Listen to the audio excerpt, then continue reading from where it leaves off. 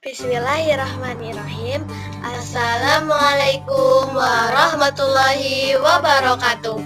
Materi PAIPP kelas 6 bab 4 Hukum halal dan haram. Doa sebelum belajar. Bismillahirrahmanirrahim. Rabbi zidni warzuqni fahma. Artinya, ya Tuhanku, tambahkanlah aku ilmu dan berilah aku kepahaman. Persoalan halal dan haram adalah salah satu aspek hukum dalam ajaran Islam yang sangat penting kita ketahui. Halal dan haram merupakan batas antara yang hak dan yang batil. Definisi halal dan haram. Definisi halal dan haram. Halal adalah segala sesuatu atau kegiatan yang diizinkan atau dibolehkan oleh syariat Islam untuk digunakan atau dilaksanakan.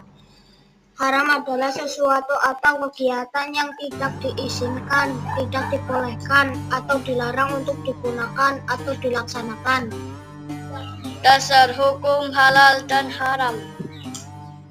Dasar hukum halal dan haram yang pertama adalah Al-Quran. Al-Quran adalah sumber hukum utama dalam ajaran Islam.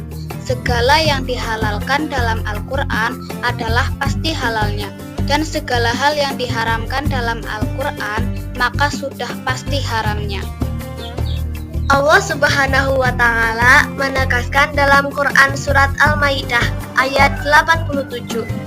A'udzu billahi minasyaitonir rajim. Bismillahirrahmanirrahim. Ya ayyuhalladzina amanu la tuharrimu thayyibat. La tuharrimu thayyibati ma ahallallahu lakum wa la ta'tadu. Innallaha la yuhibbul mu'tadin. Shadaqallahul azim. Yang artinya, wahai orang-orang yang beriman, janganlah kamu mengharamkan apa yang baik yang telah dihalalkan Allah kepadamu, dan janganlah kamu melampaui batas. Sesungguhnya Allah tidak menyukai orang-orang yang melampaui batas. Quran Surat Al-Maidah ayat 87. Sabda Rasulullah Shallallahu Alaihi Wasallam, apa saja yang Allah halalkan dalam kitabnya, maka dia adalah halal. Dan apa saja yang ia haramkan, maka dia itu adalah haram. Sedang apa yang ia diamkannya, maka dia itu dibolehkan. Ma'fu. Oleh karena itu, terimalah dari Allah kemaafannya itu. Sebab sesungguhnya Allah tidak bakal lupa sedikit pun. Kemudian Rasulullah membaca ayat, dan Tuhanmu tidak lupa. Riwayat Hakim dan Bazar. Yang kedua adalah Al-Hadis. Al-Hadis atau Al-Sunnah berfungsi menjelaskan hal-hal yang dimaksud oleh Al-Quran, menerangkan hukum-hukum yang tidak tersebut secara jelas dalam Al-Quran, dan merinci hal-hal yang dinyatakan secara umum di dalam Al-Quran. Yang ketiga adalah ijtihad. Ijtihad adalah pengerahan segala upaya, pengetahuan, kemampuan, terutama kemampuan daya pikir yang dimiliki oleh para mujtahid untuk menggali dan menemukan hukum-hukum syariat. Sebab-sebab halal dan haram. Halal dan haram bisa disebabkan oleh beberapa hal, baik zat, sifat, atau proses pengerjaannya. 1.